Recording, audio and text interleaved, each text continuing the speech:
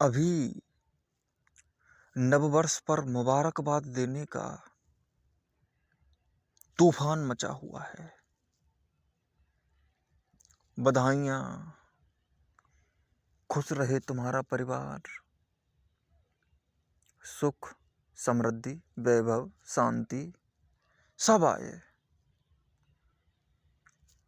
कोई लक्ष्मी का फोटो लगा के भेजता है,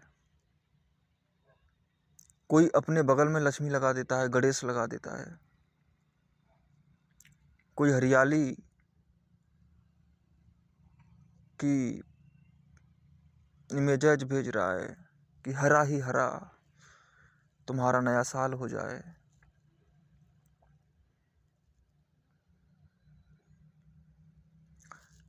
नया नया तो है, पर क्या तुम कुछ नया भेज रहे हो? वही सड़े गले पुराने शेर, वही बधाइयों का तरीका। तुम्हारा तो बधाई देने का तरीका तक नहीं बदला। नव वर्ष बोल रहे हो, तुम्हारा पुराना क्या मिटा?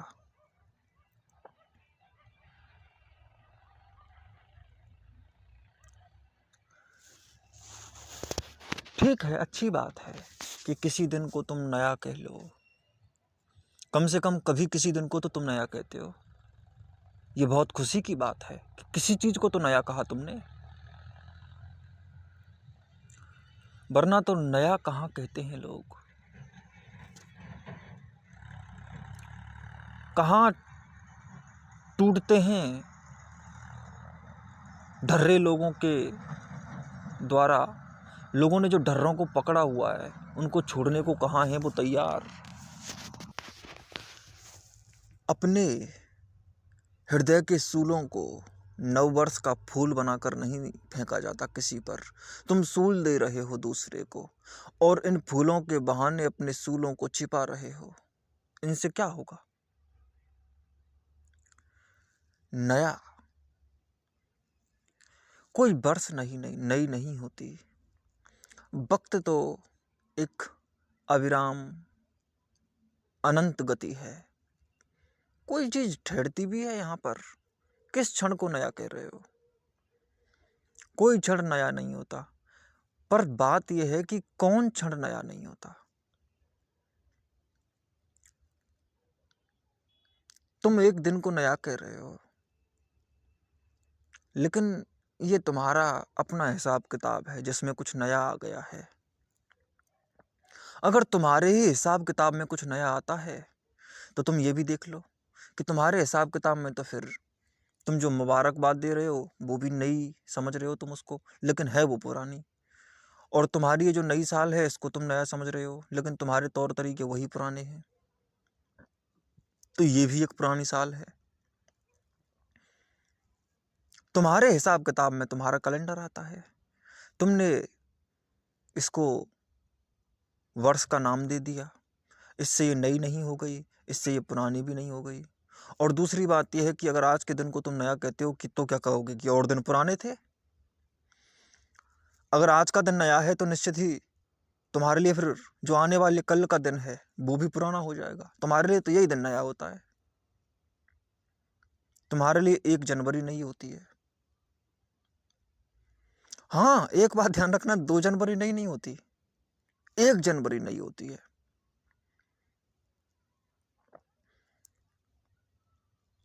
हिसाब किताबों से काम नहीं चलेगा।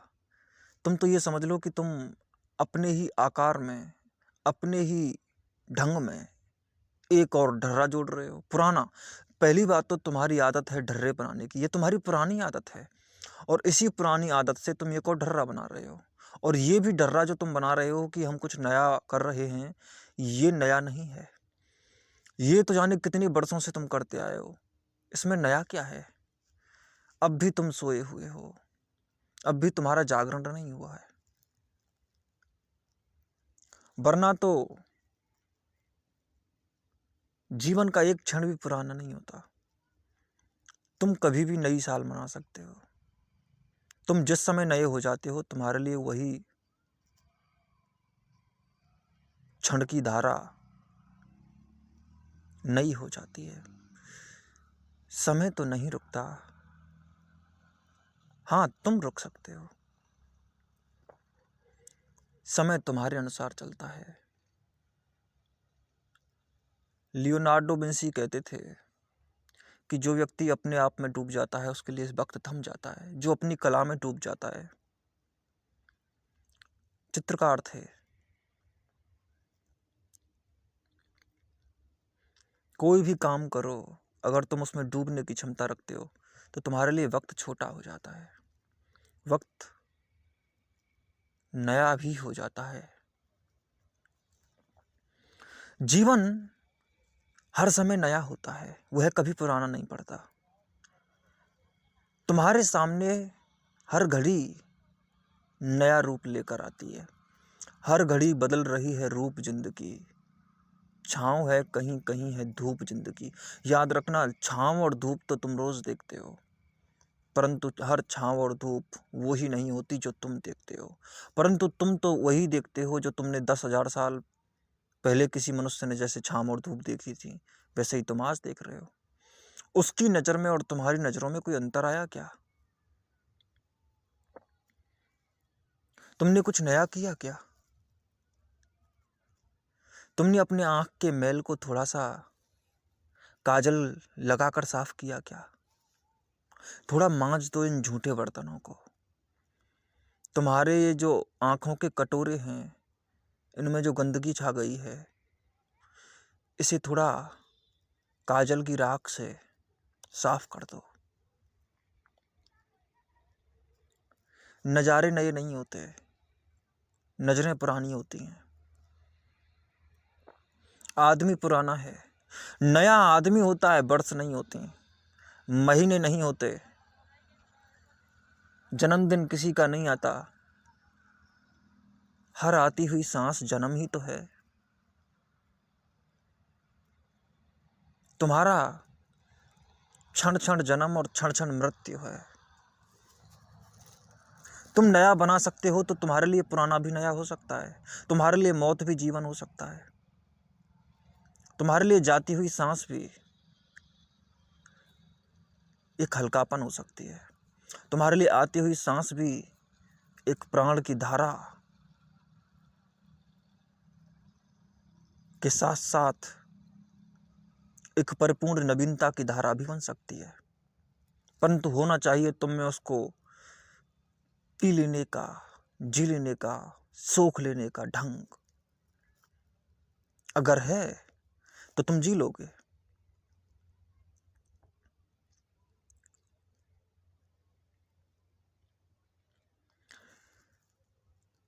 मैं बार बार एक बात कहता हूं, जीवन का अर्थ होता है नया जोड़ना, नया जोड़ना, नया जोड़ना। रोज जियोगे तो रोज जोड़ोगे, नहीं जियोगे तो रोज तोड़ोगे। जीवन ना जीने पर कितना हृदय विदारक, प्रताड़ित करने वाला दर्द बन सकता है, इसकी कोई सीमा नहीं होती। जीवन कितना तड़पा सकता है, इसकी कोई सीमा नहीं है। ठीक वैसे ही जीवन कितना ऊंचा उठ सकता है, कितना ताजा हो सकता है। तुमने ताजगी की ऊंचाइयों को छुआ कहाँ है? अगर तुम ताजगी की ऊंचाइयों को छूओगे तो ऐसा लगेगा कि बासापन तो पूरी प्रकृति में होता ही नहीं है। लेकिन अगर तुम रुदन को, क्रंदन को, प्रलाप को, अपने हृदयालाप को बढ़ाओगे तो तुम्हें ऐसा भी लगेगा कि जैसे खुशी जैसी कोई चीज नहीं होती। तुम शोपेनहायर बन जाओगे। नींद से बन जाओगे, फिर पागल खाने में मिलोगे।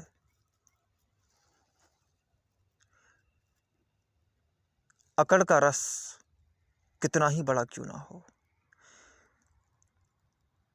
तर्क की तलवार कितने ही पत्थरों से घिस घिस कर, कितनी ही पैनी करके क्यों ना दी गई हो, परंतु अगर तर्क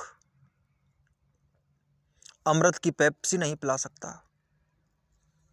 तो तुम्हारे कंठ के नीचे वह एक प्यास की तड़प बनकर उभरता है। वही नीत्शे के साथ हुआ। विषाद, चिंता, अवसाद ने घेर लिया और जीवन के अंतिम दिनों में पागल खाने पहुंच गया। शुरुआत के दिनों में मुझे वो पसंद है, उसकी आक्रामकता में एक रस है, एक मस्ती है, उसकी हिम्मत प्रशंसनीय है। परंतु तर्क जो किया, उस तर्क को और भी आगे बढ़ाना था। नीत्शे की इतनी ही समस्या है कि नीत्शे रुक गया, पुराना हो गया। उसने तो तय ही कर लिया कि जो मैंने कहा है वो अंतिम सत्य है। मैं ये नहीं कह रहा हूं कि तुम जो सत्य मान रहे हो, उस सत्य को तुम दूसरों के द्वारा सीखना नहीं चाहते, ठीक है, लेकिन अपने द्वारा तो सीखो। अब उसको अपने द्वारा ही तो आगे बढ़ा दो। तुमने निश्चित ही ये बात जताकर हिम्मत दिखाई कि तुम्हारे सारे ढर्रे गलत हैं, तुम्हारे धर्म के पाखंड गलत हैं, तुम्हारा भगवान गलत है। और जब तक मैं अपने आप से, अपनी आंतरिकता से प्रकट करके खुदा की खुदाई ना देख लूं, तो मैं उसको खुदा कैसे मान सकता हूं? इसलिए बाहर का खुदा तो हो नहीं सकता, मैं ही खुदा हो सकता हूं। और निश्चित तुम खुदा हो, लेकिन तुमने खुद को भी कहां खुदा माना। ठीक है, बाहर के लिए बोल दिया कि गॉड इज डेड, लेकिन अंदर के लिए तुमने भगवान को मारा। तुम कहते हो भगवान मर गया, तो तुम तो जीते, तुम क्यों तड़प रहे हो?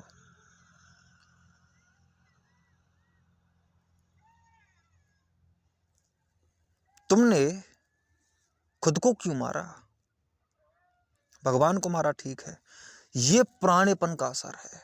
ये पुरानेपन का असर किसी पर भी पड़ सकता है, बड़े से बड़े दार्शनिक पर भी पड़ सकता है। इसीलिए जितने भी पुराने ढर्रे हैं, चाहे वो ढर्रे मैंने ही खुद क्यों ना बनाए हों, चाहे गॉड इज डेड मैंने ही क्यों ना बोला हो, मुझ पे भी संदेह। एक बहुत लंबे समय तक नीत्शे ने अपने पर संदेह नहीं किया, दूसरे पर संदेह किया, तार्किक बात है, लेकिन अपने पर क्यों नहीं किया? अब जिस बात को तुम कह रहे हो, ठीक है, पहले तुमने दूसरे पर संदेह करके इस निष्कर्ष को निकाला जो तुमने निष्कर्ष निकाला। अब जो निष्कर्ष निकाला उसी निष्कर्ष पर संदेह करो। ये तो एक प्रक्रिया है। जब तक तुम संदेह की सीमाओं से, जब तक तुम नास्तिकता की सीमाओं से और आस्तिकता की सीमाओं से, दोनों से बाहर नहीं आ जाते, तब तक तुम्हारे जीवन से सिद्धांतों की ये दौड़ धूप नहीं जाएगी। लेकिन तुम्हारे जीवन से सिद्धांत निकले हैं तो तुमने ही उनको अपना अहंकार बना लिया।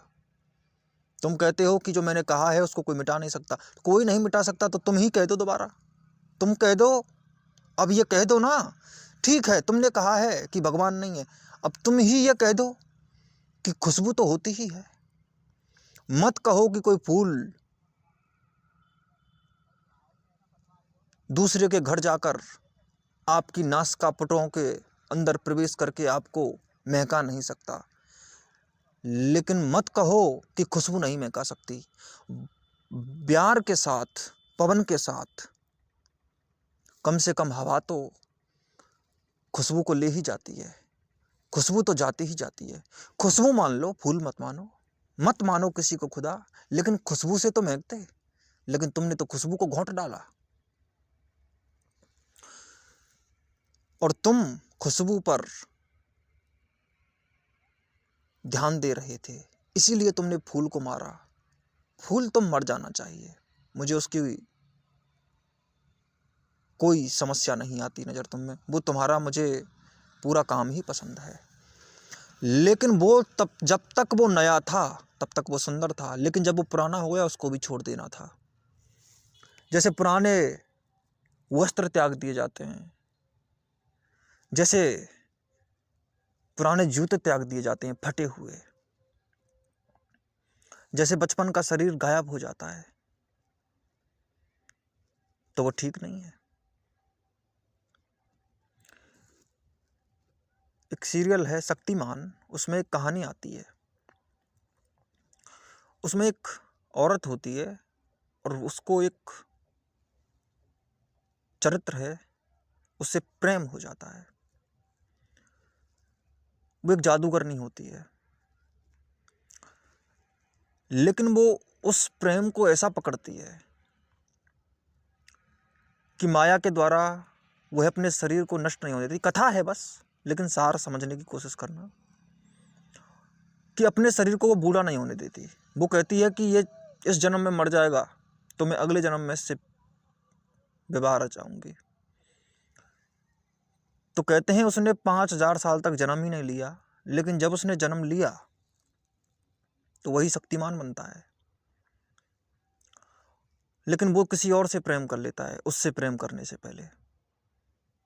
तो जब वो उसको मिलता है तो वो किसी को भी मारने के लिए तैयार है, किसी को भी खत्म करने के लिए तैयार है, कोई भी हिंसा करने के लिए तैयार है, लेकिन उसको वही चाहिए, क्योंकि उसने उसका 5000 साल तक इंतजार किया है। और वो जवान बनी हुई है, लेकिन वास्तव में वो जवान है नहीं, जवानी का झूठा मुखौटा है, वो तो वो पुरानी चुकी है। ऊपर ऊपर से वो जवान दिखती है, उसके अंदर बदबू भरी पड़ी है, 5000 साल की बदबू। और वो इतनी हिंसात्मक हो चुकी है, उसके अंदर इतना क्रोध है, उसके अंदर इतनी जलन है, ईर्ष्या है, द्वेष है, वैमनस्य है, अलावा चिड़चिड़ेपन के, ठूठ होने के, रूखी झूठी अकड़ के, विषाद के, उसमें कुछ भी नहीं है। परंतु अकड़ वो क्या प्रकृति की खुशबू ले पाएगी जो प्राकृतिक होकर मर भी ना सकी। प्रेम तो प्राकृतिक है, वो बहती लहरों में, परंतु बहता ही तो नहीं है आदमी। काश बहने लग जाए, वो इसी की तरह सड़ जाता है। ये 5000 साल से ऐसी पड़ी हुई है, पुराना नहीं छोड़ सकती, और नए को भी पुराना बनाना चाहती है। वो नया आदमी है आज का, उसको भी पकड़ लेना चाहती है। 5000 साल पुराने शरीर में लपेट लेना चाहती है, लेकिन इससे वो नई नहीं हो जाएगी, वो पुरानी ही रहेगी। वो उसको भी पुराना कर रही है, पुराना पुराना ही कर रहा है, और हम चारों तरफ पुराना ही पुराना बिखेर रहे हैं।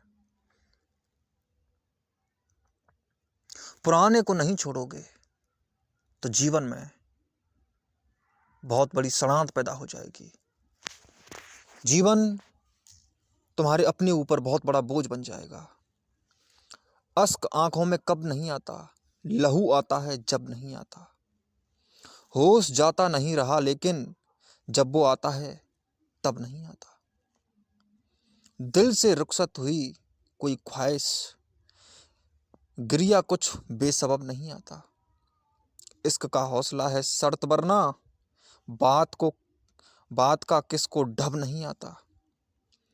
जी में क्या क्या है अपने ए हमदम, जी में क्या क्या है अपने है हमदम, हर सुखन ताबालब नहीं आता, लबों पे नहीं आता।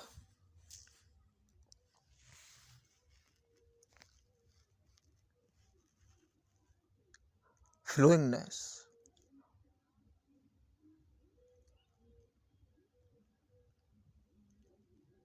बहती हुई आंखें ताजा रहती हैं। तुम रात में सोते हो, तुम्हारी आंखें कफ से भर जाती हैं, कचरे से भर जाती हैं, साफ करनी पड़ती हैं। तो सोचो तुमने अपने आप को कितना प्रमाद में रखा है।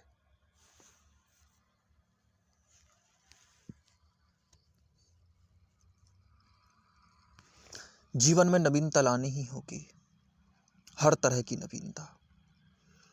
अगर आज तुम, चलो ठीक है, कैसा भी दिन सही, तुमने नए के बारे में सोचा, इतना ही काफी है।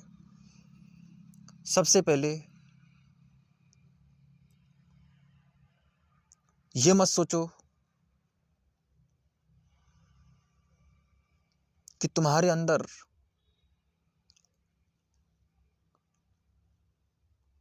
जो भी पुराने लक्ष्य पड़े हैं, पुराने विचार पड़े हैं, उनके द्वारा ही हम जो पिछले साल लक्ष्य बनाए थे फिर उनको दोबारा बनाएंगे। भूल जाओ तुम उनका पालन कर पाए कि नहीं कर पाए।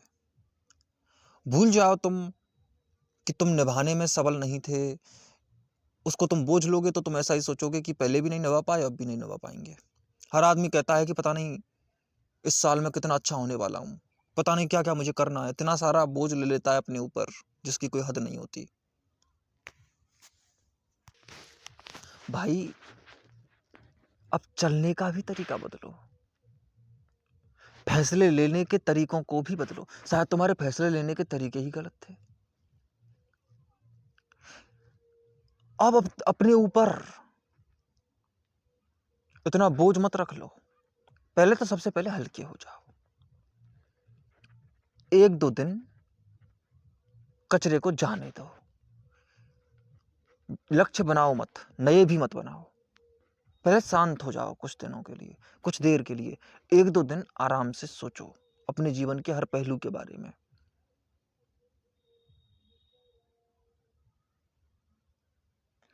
अपने आप को जो तुमने हारा हुआ मान रखा है उसके बारे में भी सोचो। हार कोई यहां नहीं रहा है, कोई हारता नहीं है, कोई जीतता भी नहीं है। जीने की बात होती है पूरी पूरी। यही जीत है कि तुम कितने नए हो। बोझ मत लो अपने ऊपर, सबसे पहले हल्के हो जाओ।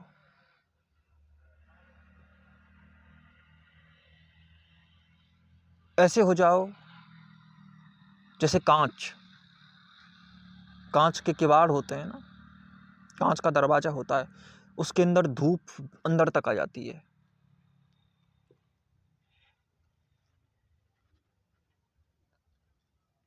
कांच के अंदर भी धूप आ सकती है और भीतर से भी तुम अगर कुछ टॉर्च जलाओ तो उसका प्रकाश भी बाहर जा सकता है। आर पार होने दो सारा कुछ। अस्तित्व को, हवाओं को, धूप को तुम्हारे अंदर आने दो, जाने दो थोड़ी देर के लिए। विचारों को, विचार तुम मत करो, आने दो, जाने दो।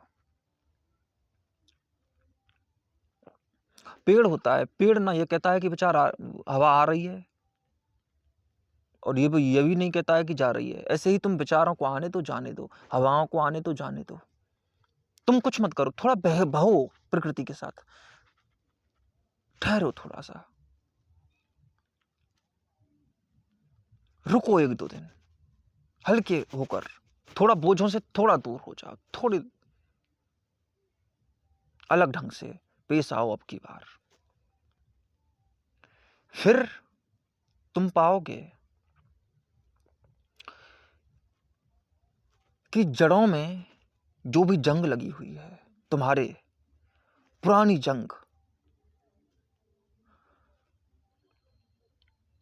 इस मशीन को पूरा साफ कर दो जो तुमने पूरी गंदी कर रखी है। इसमें ग्रीस लगाओ, इसको लुब्रिकेट करो,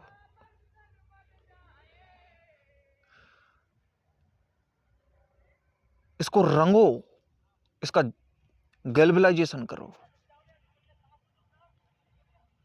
ताकि इस पर नई जंग ना लगे। सबसे पहले तो साफ करो इसको।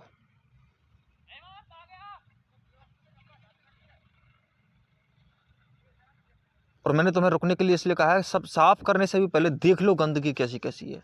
जब गंदगी दिख जाए फिर साफ करने लग जाओ। विचारों की गंदगी, तर्कों की सीमाओं का जाल, बेवजह के झूठे अंधविश्वास जो तुमने अपने ऊपर लगा रखे हैं कि हम ये नहीं कर सकते, हम वैसा नहीं कर सकते, ये हमसे कैसे होगा, वो हमसे कैसे होगा। जलन, द्वेष सब पीछे छोड़ दो। प्रतिद्वंदी मत बनो किसी के, कंपटीशन किसी से मत करो। प्रतिद्वंदिता ही हार है। जो भी किसी से लड़ता है वो हार जाता है। लड़ाई ही हार है। तुम लड़े कि हारे? योद्धा कहीं लड़ते हैं? छोटी लड़ाइयां हैं। तुम अपनी तरफ से जहां जहां लड़े वहां हार गए। ना लड़ाई करना ही सबसे बड़ी लड़ाई है, लेकिन उसको लड़ाई फिर कहना नहीं पड़ेगा। जब तक तुम लड़ाई को लड़ाई कहते हो, तुम लड़ना भी नहीं सीखते। तुम योद्धा ही नहीं हो। तुम जानते ही नहीं हो, लड़ाई के ढंग ही नहीं जानते। तुम अपने आप से ही लड़ते हो। फिर ऐसा समझ लो कि जब तुम लड़ाई करते हो तो तुम किसी से भी लड़ाई क्यों ना कर रहे हो, किसी से भी कंपटीशन क्यों कर रहे हो, कहीं ना कहीं तुम अपनी क्षमताओं को चूस रहे हो। तुम तुमसे ही कहीं ना कहीं लड़ाई कर रहे हो। कोई किसी से लड़ाई नहीं करता है। सारी लड़ाइयां अपने से होती हैं, वरना लड़ाइयां नहीं होती। कोई धुआं धुआं यूं ही नहीं होता, कहीं ना कहीं आग लगी होती है।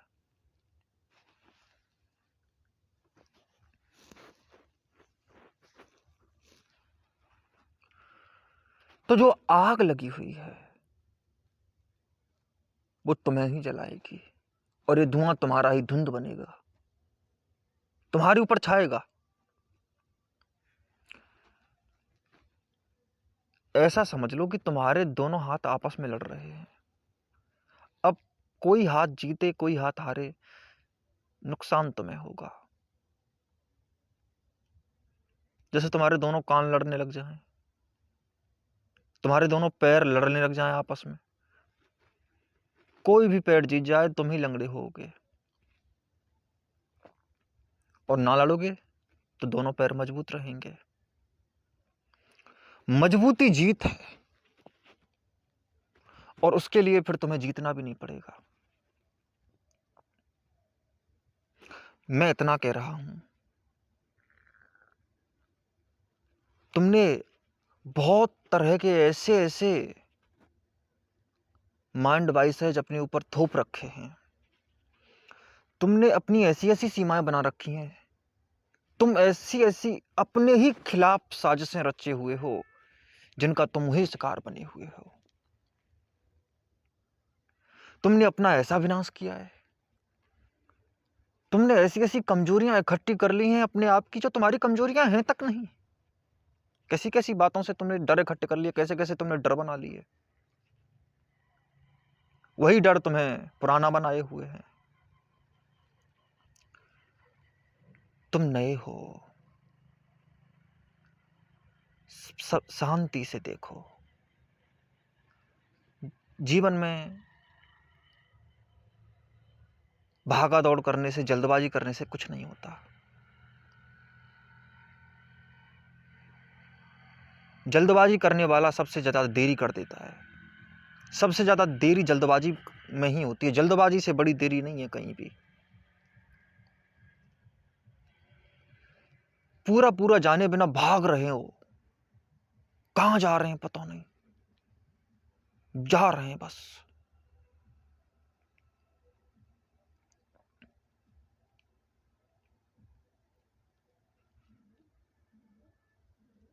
सीधी बात है।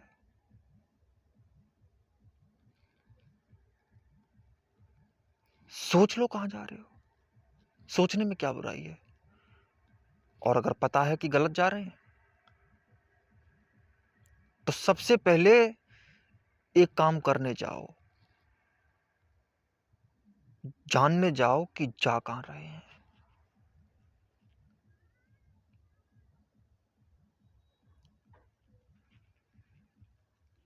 तुम्हें अपने जीवन में फिर नवीनताएं भरनी पड़ेंगी। जीवन को सजाओ धीरे धीरे करके। विचारों को बदलो, अपनी शिक्षा को बदलो, खान पान, रहन सहन, पहनावा बदलो। जो पुराना है उसको छोड़ दो, वो बहुत है, गुजर चुका। आज तो समय बिल्कुल बदल चुका है। आज का युग जैसा है वैसे रहो, बदलो। तुम्हारे सारे ज्ञान मर चुके हैं, जो पुराने थे उनको खत्म करो।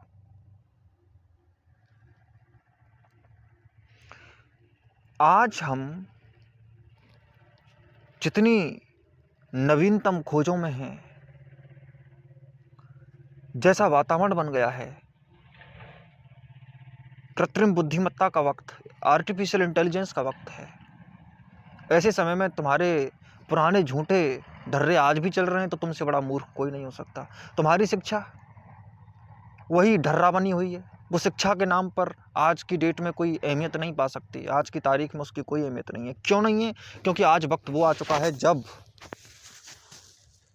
तुम्हें शिक्षा लेने से पहले भी सोचना चाहिए कि तुम क्या ले रहे हो। यहाँ तक कि तुम्हारी बड़ी से बड़ी, जिसको तुम स्किल भी कहते हो सकता है वो अब स्किल ना बची हो, क्योंकि परिवर्तन जितनी तेज़ी से हो रहा है। हो सकता है आज से मात्र 2 साल पहले ही कोई स्किल शुरू हुई थी, लेकिन आज वो स्किल समाप्त होने वाली है, क्योंकि अब वक्त जिस कदर बदल रहा है वो ऐसा बदलाव नहीं है जो तुम उस हिसाब किताब से लगाओ जो पुराना था। नया नया ये बदलाव जो नया आ रहा है, ये तो तुम्हें 2 साल का भी वक्त नहीं देता, और इतना बदलाव हो जाता है जितना मानव सभ्यता के इतिहास में कभी नहीं हुआ होगा। तुम्हें पता है, जितना आदिम काल है उसमें छोटी छोटी घटनाओं को, छोटा छोटा बदलाव करने को भी बड़ा समय लगता है। पृथ्वी पर जीवन को पैदा होने में जितना समय लगा था, पृथ्वी पर जब, मैं जीवन के उन पहलुओं की बात कर रहा हूं जब जीव जंतु, पशु पक्षी आ गए थे, उनको आए हुए जितना समय लगा है, उससे पहले का जो समय है वो आने के बाद के समय से बहुत ज्यादा है। क्योंकि बदलाव सबसे मुश्किल हुआ है, बड़ी मुश्किल से बामुश्किल बदलाव होता है सबसे प्राथमिकता के स्तर पर। जब हमारे पास कुछ नहीं होता नया करने के लिए, नया होने के लिए, तो एक भी नया कदम उठाने में बड़ा समय लगता है। पृथ्वी पर एक पौधा जिस दिन पैदा होगा उस दिन बड़ी क्रांति हो जाएगी। जिस दिन एक भी अंकुरण होगा, जब पृथ्वी पर कुछ नहीं था तो पृथ्वी पर एक बीज पैदा करना भी बड़ी क्रांति की बात थी। और उससे पहले का जो समय है वो बीज की उत्पत्ति का समय है, कि बीज कैसे पैदा होगा। प्राथमिक स्तर का परिवर्तन होने में इतने वर्ष लग गए, और जब पेड़ पौधे जीव जंतुओं का समय आ गया, वो समय कोई ज्यादा नहीं हुआ है। लेकिन वो जितना समय हुआ है, अब उसमें तो मानव की उत्पत्ति को देख लो, कि मानव की उत्पत्ति जो हुई है, मानव की उत्पत्ति को कितने वर्ष हुए हैं। जानवरों का बहुत लंबा काल है। आदमियों से बड़ा इतिहास तो जानवरों का है। जानवरों से ही निकला है आदमी, लेकिन चूंकि जानवरों से निकला है तो उसको परिवर्तन करने में ज्यादा समय नहीं लगा। तुम्हें पता है, मानव ने जब भाषा सीखी तो भाषा बहुत जल्दी जल्दी फिर वो सीखता गया, और उससे भी आगे की पीढ़ियां और तेजी से, उनकी स्पीड बढ़ती चली जाएगी। जैसे जैसे आगे बढ़ते चले जाओगे वैसे वैसे ही मल्टीप्लिकेशन होता चला जाएगा। बदलाव में बदलाव बहुत तेजी से होता चला जाएगा। पिछले 1 करोड़ वर्ष में अगर हम जाएं तो जितना 1 करोड़ वर्ष में परिवर्तन हुआ है, उतना परिवर्तन पिछले 1 लाख साल में हुआ है। पिछले 1 लाख साल में जितना परिवर्तन हुआ है, उतना परिवर्तन पिछले 1000 सालों में हुआ है। जितना परिवर्तन पिछले 1000 सालों में हुआ है, उतना परिवर्तन पिछले 100 सवा 100 सालों में हुआ है। उतना बहुत स्पीड से 100 सालों में ही हो गया। और जितना परिवर्तन उन 100 सालों में हुआ है, उतना इन 10 सालों में हुआ है।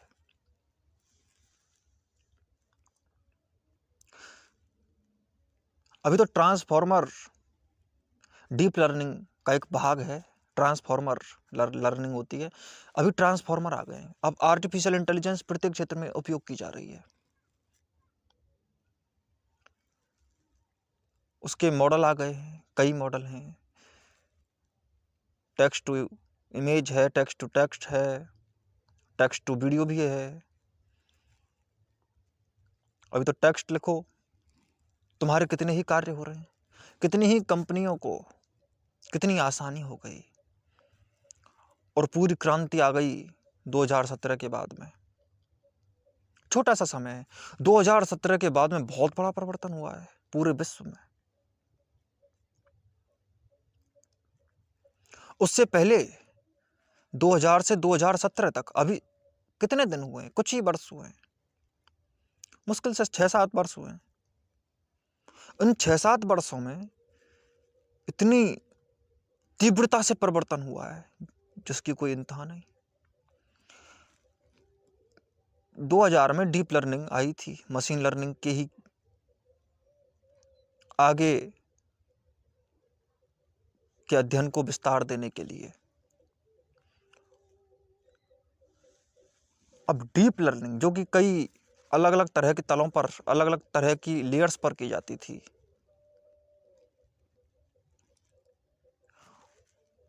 वही बहुत ज्यादा बूस्ट कर गई।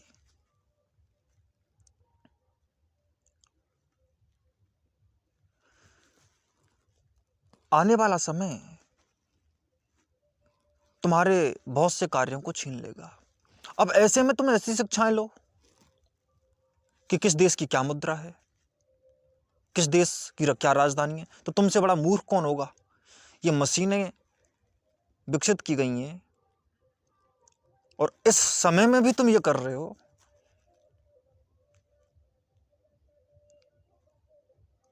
तो तुम कितने पुराने लोग हो। अब सूचना का काल गया। सूचना तो तुम्हारे लिए मिल ही जाएगी। गूगल पर मिल जाएगी। इंटरनेट के ये फीचर्स क्या काम आएंगे? ये मशीनें क्या काम आएंगी? मानव का काम अब बदल गया है। लेकिन आदमी अब भी घिसी पिटी शिक्षा में उलझे तो फिर उसका कोई इलाज नहीं हो सकता।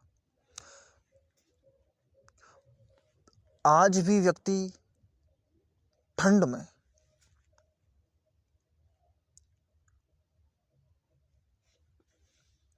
पहन करके गेरुआ वस्त्रों को खड़े हुए हैं,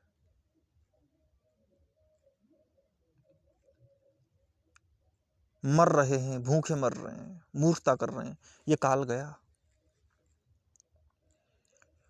कोई भी आध्यात्मिक आदमी आज की डेट में अगर मूर्ख जैसा व्यवहार करता हुआ मिले, आउटडेटेड हो। और दूसरी बात यह है कि अब तो सारे पाखंडों के ध्वस्त होने का पूरा समय आ गया है। सारे पाखंडों को मिटा के रखो, खत्म करो उनको। इनमें अब क्या रखा है? पुराने को जाने दो।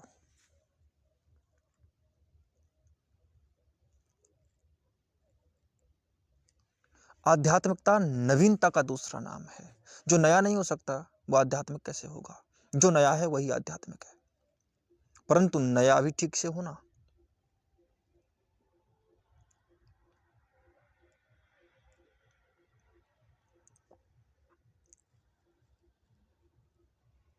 जीवन में नूर लाओ, गहराई लाओ।